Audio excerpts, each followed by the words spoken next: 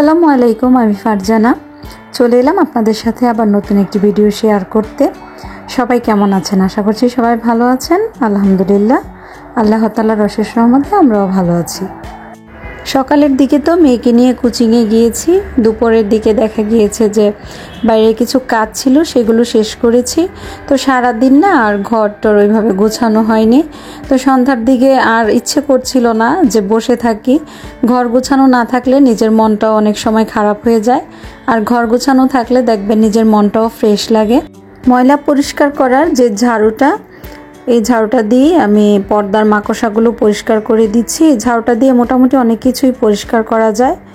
এমনিতেও ইচ্ছে করলে আপনি লম্বাও করতে পারবেন, আবার ইচ্ছে করলে ছোটও করা যায়। তো এই ঝাড়ুটা দিয়ে কিন্তু আমি মোটামুটি ঘরের অনেক ক্লিনিংয়ের কাজই করি। বাসার ফ্যানগুলোর মধ্যে একটু বেশি পরিমাণে ময়লা জমে গিয়েছে, নয়তো বা এই ঝাড়ুটা দিয়ে হালকা করে ঝেড়ে দিলে কিন্তু মোটামুটি ফ্যানগুলো পরিষ্কার হয়ে যায়। আর আমার ডাস্ট অ্যালার্জির সমস্যা আছে। আমি দেখা গিয়েছে যখন এই ধুলাবালির কাজ করি, ভালোভাবে ওড়না মাথায় দিয়ে নাকে রুমাল বেঁধে তারপর আমার এসব কাজ করতে হয়, নয়তোবা সাথে সাথে আমার জ্বর এসে যায়, নয়তোবা ঠান্ডা লেগে যায়। এই হলো অবস্থা। তো ঘরের প্রতিটা পর্দাই আমি এইভাবে পরিষ্কার করে নিয়েছি। আজকে চিন্তা করছি ফার্নিচার থেকে ধরে মোটামুটি সব ধরনের কাজই গোছানোর চেষ্টা করব, পরিষ্কার করার চেষ্টা করব, ফার্নিচারগুলো মুছে দিব, পাশাপাশি ঝাড়াঝাড়ির যে কাজগুলো আছে সেগুলো করে নিব। টেবিলটা একটু পরিষ্কার করতে হবে। মোটামুটি সারাদিনে অনেক কাজই জমে আছে। রান্নাটা শুধু সকাল সকাল একটু মুরগির মাংস, একটু ভাত রান্না করেছিলাম। তাছাড়া অন্যান্য কোনো কাজই সারাদিন ওইভাবে করা হয়নি। মাঝে মধ্যে নিজেকে একটু রেস্ট দিই, চিন্তা করি যে না একটু রেস্ট করে তারপর কাজ করব। কিন্তু যখন বসে ঘরের মধ্যে একটু ময়লা দেখি, বিশ্বাস করেন আর বসতে ইচ্ছা করে না। মনে হয় যে কখন আমি এগুলো পরিষ্কার করব। ক্লিনিংয়ের কাজগুলো শেষ হয়ে গেলে, ঘরটা পরিষ্কার থাকলে তখন সেই ঘরে বসে কিন্তু আলাদা একটা প্রশান্তি কাজ করে। তো এখন আমি টেবিলটা ভালোভাবে ক্লিন করে নিব। টেবিলটা একটু ডিপ ক্লিন করতে হবে, কারণ টেবিলে দেখলাম যে মোটামুটি একটু ময়লাই হয়ে গিয়েছে। টেবিলের ক্লথ আমি মাঝে মধ্যে হালকা কুসুম গরম পানিতে একটু পাউডার মিশিয়েও পরিষ্কার করে দিই। মাঝে মধ্যে শুধু স্যাভলন দিয়ে এইভাবে আমি একটা স্কার্ফ নিয়ে পরিষ্কার করে দিই। আজকে স্যাভলন দিয়ে স্কার্ফ দিয়ে ভালোভাবে পরিষ্কার করে তারপর টিস্যু দিয়ে আমি ভালোভাবে টেবিলটা আবার দ্বিতীয়বার করে মুছে নিই। তো স্যাভলন দিয়ে মোছার কারণে দেখবেন যে টিস্যুর উপরে কিভাবে ময়লাগুলো উঠে আসে। তো টেবিলে কিন্তু মোটামুটি ভালোই ময়লা জমেছে। আর এখন তো ধুলাবালির সময়, দেখা গিয়েছে ফার্নিচার সারাদিন মুছলেও ঘরে কিন্তু প্রচুর ধুলাবালি পড়ছে। বাইরে যেহেতু এখন একটা টানের সিজনই চলছে, পাতা ঝরবে গাছ থেকে, ধুলাবালি থাকবে, এরকমই থাকবে কিছুদিন। তারপর যখন আবার নতুন পাতা গজাবে, একটু বৃষ্টি হবে, তখন আবার সব কিছু ঠিক হয়ে যাবে। তো এই তো এখন আমি টেবিলটা গুছিয়ে নিচ্ছি। ক্যামেরা অন করে কিন্তু ইচ্ছে করলেও সব কাজ করা যায় না। তো ক্যামেরা অন অফের মধ্যেই আমি মোটামুটি যতটুকু পেরেছি ঘরের কাজকর্মগুলো গুছিয়ে নিচ্ছি। পাশাপাশি কিছু কিছু কাজ আপনাদের সাথে শেয়ার করছি। আলহামদুলিল্লাহ, মোবাইলের যে প্রবলেমটা ছিল সেই সমস্যাটা থেকে বের হয়ে এসেছি। আর আমার সাহেবও বুঝেছে বিষয়টা, যে সত্যি যে ভিডিওগুলো এমন হচ্ছে। কালকে রাত্রে ওনাকে বললাম যে এখন কি আমি ভিডিও করা অফই করে দিব, মানে মনটা খারাপ লাগছে। তো উনি বললো যে না, মোবাইলে যদি প্রবলেম থাকে এটা সবসময় তোমার একটা মাথার মধ্যে খারাপ লাগবে, এর থেকে ভালো তুমি তোমার পছন্দ মতো তুমি একটা মোবাইল নিয়ে আসো, যেটা দিয়ে তুমি ভালোভাবে কাজ করতে পারবে। আশা করছি এখন আবার আপনাদের সাথে নতুন করে সুন্দর সুন্দর ভিডিও উপহার দেওয়ার চেষ্টা করব, আপনাদের কাছেও ভালো লাগবে। আর আমার হাজব্যান্ডকেও অসংখ্য ধন্যবাদ। উনি আমার প্রতিটা ভিডিওই অনেক মনোযোগ সহকারে দেখে, আমার কথাগুলো শুনে। তো ওনাকে এমনিতেও ধন্যবাদ দিয়েছি, আর অনেক বেশি খুশি। উনি যদি এই বিষয়টা না বুঝতো না দূরে থেকে, তাহলে এই প্রবলেমটার মধ্যে থেকেই যেতাম, আর আমার হয়তো বা সামনে ওইভাবে আর ভিডিও দেওয়া হতো না। আপনাদের সাথে গল্প করতে করতে এদিকে ঘরগুলো গুছিয়ে নিয়েছি। এখন ঘরটা ঝাড়ু দিয়ে তারপর ঘরটা আমি ভালোভাবে মুছে নিব। তারপর মনে হয় আমার কাছে শান্তি লাগবে। এতক্ষণ মনে হচ্ছিল যে নিজের শরীরের মধ্যেই ধুলাবালি যেন লেগে আছে। অলসতা করে একবার চেয়েছিলাম যে না, সকালের দিকে ঘরটা পরিষ্কার করব। পরে মনে হচ্ছিল ঘর পরিষ্কার না থাকলে আমার মনে হয় রাতে ঘুম হবে না, তো ঘরটাই আগে পরিষ্কার করে নিই এই চিন্তা ভাবনা থেকে মনের আনন্দে ঘর পরিষ্কার করছিলাম। পাশাপাশি আমার মনটা তো খুশি। হাজব্যান্ডের সাথে একটু কথা বললাম, উনিও খুশি আছে। বলল যে তুমি এখন খুশি তো? আমি বললাম যে হ্যাঁ অনেক খুশি আলহামদুলিল্লাহ।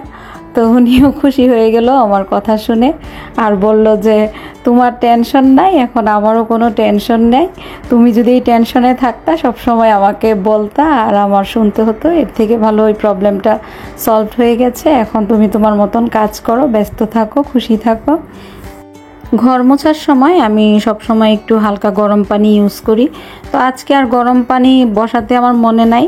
তখন মনে হচ্ছিল যে গরম পানি যদি এখন বসাই একটু পরে আবার কাজ করতে যাই আমার অলসতা লেগে যেতে পারে, তো আজকে ঠান্ডা পানি দিয়েই ঘরটা মুছে নিচ্ছি। আর পাশাপাশি সামান্য একটু ডিটারজেন্ট পাউডার আর হারপিক দিয়ে দিই, তাহলে ঘরটা অনেক সুন্দরভাবে ক্লিন হয়। লাইজলের থেকে আমি দেখেছি হারপিকটা দিলে ঘরটা বেশি ক্লিন হয়। আর মাঝে মধ্যে লাইজলটা ইউজ করি, স্যাভলনটা ইউজ করি। এক এক দিন এক একভাবে ঘরটা মোছার চেষ্টা করি আর কি। আর ঘরটা ডিপ ক্লিন করতে পারলে নিজের কাছেও ভালো লাগে। আর গরম পানি দিয়ে মুছলে হয় কি ঘরের যত দাগ আছে সমস্ত কিছু সুন্দরভাবে উঠে যায়। আর ঘরে যদি আপনাদের কোনো দাগ থেকে থাকে টাইলসের উপরে, তাহলে সামান্য একটু ভিনেগার দিয়ে দিবেন গরম পানির সাথে, একটু হারপিক, ভিনেগার, ডিটারজেন্ট দিয়ে মিশিয়ে ভালোভাবে ঘরটা মুছে নিলে দেখবেন যে দাগগুলো সুন্দরভাবে উঠে যাবে।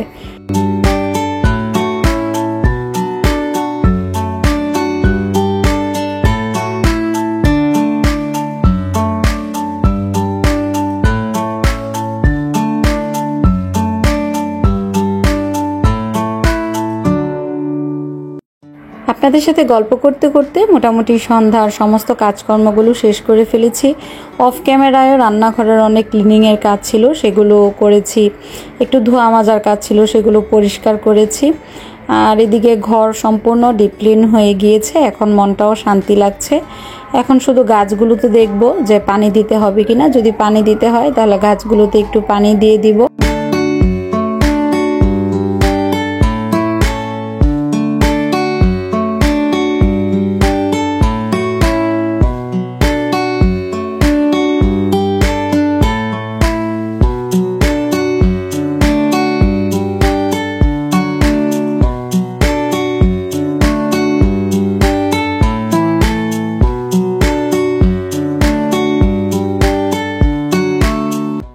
সংসার সুখের হয় রমণীর গুণে, গুণবতী পতি যদি থাকে তার সনে।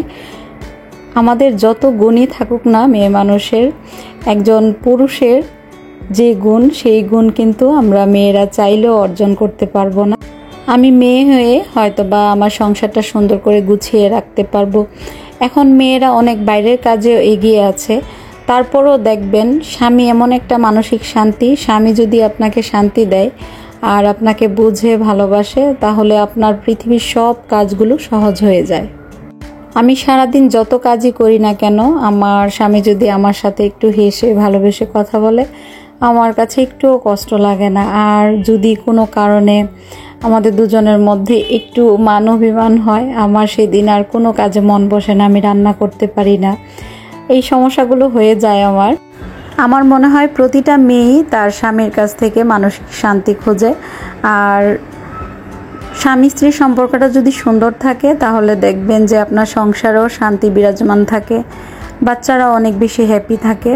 গাছগুলোতে দেখলাম যে পানি দিতে হবে, একদমই মাটি শুকিয়ে আছে, তো গাছগুলোতে আবার একটু পর পানি দিয়ে দিব। এখন আর ইচ্ছে করছিল না যে আবার পানি ধরি গাছে দেই, কারণ বারান্দাগুলো মোটামুটি প্রায় মোছাই হয়ে গিয়েছিল। আর হরলিক্সের প্যাকেটটা নিয়ে এসেছিলাম, এখন একটা জারে রাখতে হবে, খালি জার পাচ্ছি না।